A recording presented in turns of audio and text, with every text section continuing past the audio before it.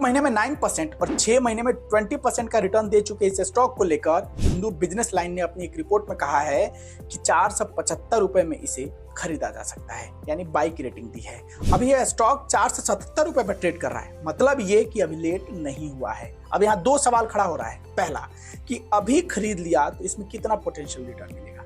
475 और 77 में खरीदना जरूरी नहीं है, रिटर्न कितने मिलेगा भाई, मोटा मुनाफा बता दो साफ साफ।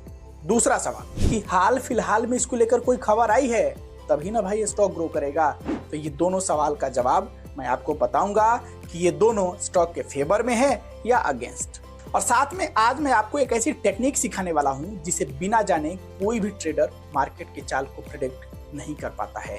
उसमें दो प्लेयर मेन रोल निभाते हैं, एक डोमेस्टिक इन्वेस्टर और दूसरा फॉरेन इन्वेस्टर। अगर आप बाजार के ट्रेंड को समझना चाहते हैं तो यह वीडियो आखिरी तक जरूर देखिएगा ताकि आपको चीजें समझ आ सके। चलिए शुरुआत एनालिसिस से करते हैं। कंपनी का नाम है इंद्रप्रस्थ गैस लिमिटेड और काम सीएनजी और पीएनजी बनाने और उसे बेचने का है। कंपनी का ये वाला सीएनजी पंप स्टेशन आपने तो शहर में कभी ना कभी देखा ही होगा। एनीवे, अगर आपने नहीं देखा है तो अभी ये जान लीजिए कि इंडिया में ये कैसे ग्रो कर रहा है। तब के तत्कालीन पेट्रोलियम मंत्री हरदीप पुरी ने कहा था कि इंडिया का जो टारगेट है वो 2030 तक सीएनजी स्टेशन को बढ़ाकर 17,500 और पीएनजी कनेक्शन को बढ़ाकर 120 मिलियन यानी 12 करोड़ घरों को कनेक्ट करना है। और अभी जो अक्टूबर 2023 तक की रिपोर्ट है उसके मुताबिक सीएनजी स्टेशन इंडिया में 6088 के करीब हैं। इससे आप अंदाजा लगा सकते हैं कि सेक्टर अभी कहां पर है और 2030 तक कितना तेजी से ग्रो करने वाला है। मतलब कि मामला हिट है। कंपनी की वेबसाइट पर मौजूद डेटा के मुताबिक कंपनी के अभी इंडिया के अंदर 882 सीएनजी स्टेशन हैं जो तेजी से बढ़ रहे हैं। कंपनी की न्यू तो आपने समझ ली, अब कंपनी के स्ट्रॉन्ग के प्रोस्पेक्टिव से चीजें समझ लीजिए। इसकी शुरुआत फंडामेंटल से होगी। कंपनी के फंडामेंटल की बात करें तो यहाँ साफ शब्दों में कंपनी का फंडामेंटल बता रहा है कि वह स्ट्रॉन्ग है, मतलब कि सारा पॉइंट पॉजिटिव है। आप मार्केट कैप से लेकर पी रेशियो, आरओ यानी रिटर्न ऑफ इक्विटी, ईपीएस यानी अर्निंग पर शेयर, कुछ भी उठाकर देख लीजिए, सब आपको मार्केट स्टैंडर्ड के हिसाब से नजर आएगा। यहाँ तक कि कंपनी के ऊपर कर्ज भी ऑलमोस्ट जीरो के करीब है और कंपनी डिविडेंड भी देती है। मतलब ये कि यहाँ ऑल मामला फिट एंड हिट है। आप कंपनी का प्रॉफिट रिपोर्ट देखेंगे तो आपको इस पर यकीन नहीं होगा। देख रहे हैं कैसे हर साल कंपनी का जो प्रॉफिट है ग्रो की तरफ बढ़ रहा है। लेकिन अभी रुक जाइए।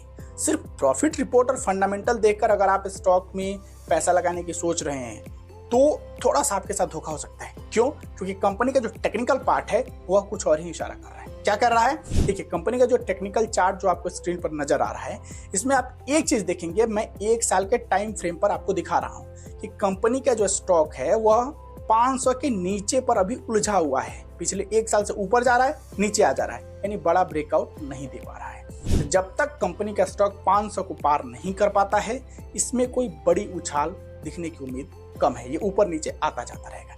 इसलिए निवेश से पहले एक बार खुद से भी रिसर्च जरूर कर लें।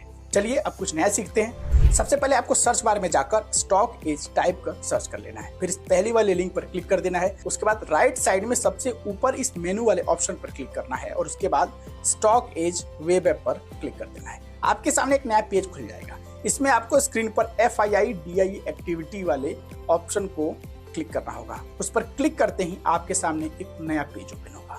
उसमें आपको उस दिन मार्केट में हुई बिकवाली से लेकर खरीदारी की पूरी डिटेल दिख जाएगी। ध्यान रहे, यहाँ जो डिटेल दिखेगी वो रिटेल इन्वेस्टर की डिटेल नहीं होगी। इसमें DII यानी डोमेस्टिक इंस्टीट्यूशनल इन्वेस्टर और FII यानी फॉरेन इंस्टीट्यूशनल इन्वेस्टर की खरीदारी और बिकवाली की रिपोर्ट दिखेगी। तो DII होते हैं वो इंडियन जो बड़े इन्वेस्टर होते हैं उनके बारे में होता है और फॉरेन जो विदेशी निवेशक होते हैं उनके बारे में होता है। यहाँ से आप आइडिया लगा सकते हैं कि मार्केट में फॉरेन निवेशक खरीद रहे हैं, बेच रहे हैं, या इंडियन का जो डोमेस्टिक वाले हैं वो इसे खरीद रहे हैं या बेच रहे हैं। ये चीजें समझने के बाद आप ये आइडिया लगा पाएंगे कि मार्केट में अगले दिन क्या होने वाला है। अगर लगातार फॉरेन जो निवेशक हैं, फॉरेन इंस्टीट्यूशनल है, वो अगर लगातार बिकवाली कर रहे हैं यानी मार्केट में आगे भी गिरावट की संभावना है, या फिर DII लगातार बेच रहे हैं, तो इससे आप एक आइडिया लगा सकते हैं मोटा मोटी कि मार्केट आगे क्या कर रहा है। बाकी इस पे डिटेल स्ट्रेटजी अगले एपिसोड में मैं आपको बताऊंगा, सिखाऊंगा। तब तक आप इतना ही प्रैक्टिस कीजिए, समझिए कि कैसे निकालते हैं। और अभी के लिए मुझे इजाजत दीजिए। अगर आपको आज कुछ अच्छा लगा है, वीडियो में कुछ नया सीखने को मिला है, तो एक गुजारिश है, 5 स्टार रेटिंग देना मत भूलिएगा।